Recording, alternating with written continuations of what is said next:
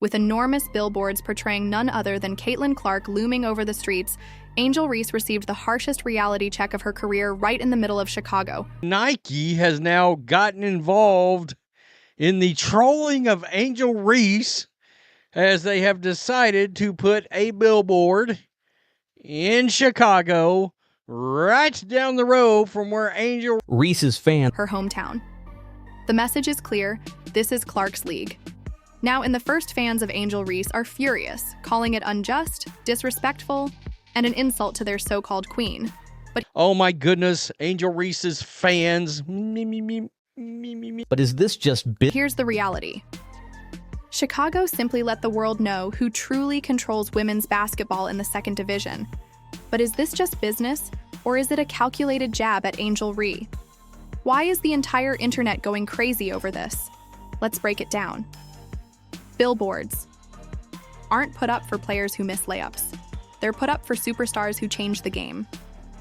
There have been some intense rivalries in the WNBA over the years, but none have ignited the league like the ongoing conflict between Caitlin Clark and Angel Reese.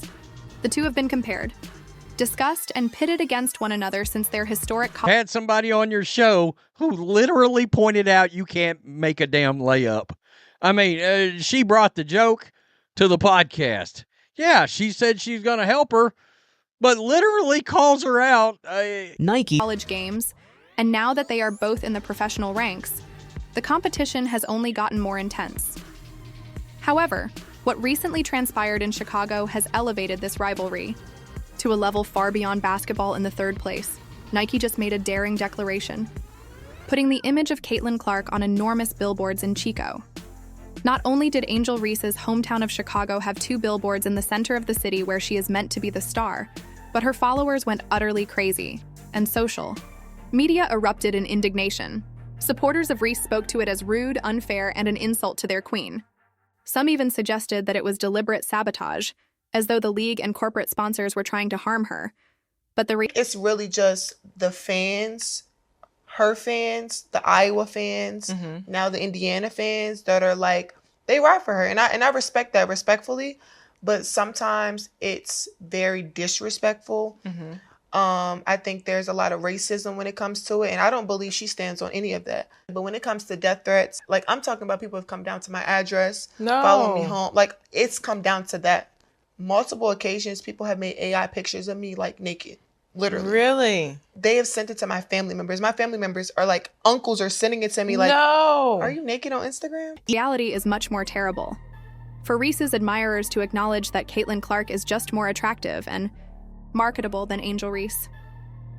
The purpose of the billboard was commerce, not disrespect or a jab at Angel Reese. In the world of basketball, Caitlin Clark outsells everyone else in the women's division, even in Illinois, in terms of ticket sales, viewership, and revenue. The new residents of Angel Reese in the condition, reality doesn't sit well with Reese's most loyal admirers, and the billboard swiftly became the catalyst for a social media meltdown.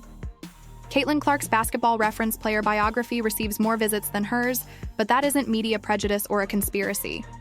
Reese's supporters rushed to make excuses, claiming that the media was using her as an explanation for Clark's fame and that Angel Reese was equally as popular as Clark, if not more so. But here's the thing. Billboards are truthful. This isn't just about marketing, it's about impact. Caitlin Clark earned this attention. She didn't seek for it or push for it. Clark Caitlin sells out. While arenas break viewing numbers and spark unprecedented conversation about the WNBA, Angel Reese's presence in the league hasn't exactly resulted in game-changing success. She's still getting used to the professional level and coping with the fact that talking doesn't win basketball games. The main reason Reese's admirers are having a hard time right now is because they know deep down that Clark is superior. Caitlin. Clark is not your typical giddy prospect. She is a multi-generational talent who is changing the definition of success in women's basketball globally. Even when she played in Chicago against Reese's team, most of the supporters in the arena were there for her and were wearing fever shirts. Clark is known for drawing enormous crowds, applauded for Clark, and painfully pointed out that, in a head-to-head contest, Clark is the more attractive player. The marketing team in Chicago recognized that this is the reality, and Nike is aware of it as well. Instead of embracing it, Reese's followers are doing what they do best, making excuses, shifting blame, and pretending as though this is some sort of grand injustice. The backlash was swift. Anger-filled posts from Reese's most devoted fans swamped social media. Claiming that the billboard placement was disrespectful and deliberate, they implied that it was a direct jab at Angel Reese, as though Clark had personally ordered it to be placed there in order to humiliate her. The irony is that this isn't even the first time that Kate Clark has commandeered a city with billboards. Nike and other big brands have featured Clark on billboards in several cities across the nation, from New York to Los Angeles. Her influence is nationwide. She isn't just a star in one market, she is the face of women's basketball everywhere. This is precisely why Reese's fans are so offended because, despite their best efforts to hype her up, she just doesn't have the same impact as Clark. Caitlin Clark is incredibly talented. The biggest issue for Reese's fan base is that she is still trying to establish herself. They have spent so much time promoting her as a generational star that they now have to face the reality that Caitlin Clark is actually spearheading the women's basketball movement. TV ratings are at an all-time high because of Clark, who is also the reason why people who had never watched women's basketball before are now paying attention. She is a good player with promise, but she isn't the one who is changing the sport, or the billboard. This is just another reminder of who currently controls the WNBA. This wasn't a fluke or a random decision. This was the business. The world acknowledging reality Caitlin Clark is a phenomenon in addition to being a talented player. Consequently, Nike. The entire basketball community, including Chicago, is supporting her Angel. But in the end, that billboard will remain up, and it's not just a sign in the city. It's a sign of the times Caitlin Clark is here, taking over, and no amount of outrage will change that. What's even more absurd is that this might just be the beginning. Reese's fans can cry about it, complain about it, and throw tantrums online. Even though Clark is only in her first season, she is already receiving more media coverage, brand partnerships, and fan interaction than any other player in the league. Just think of what will happen when she begins to dominate the court even more. This isn't just Clark versus Ree.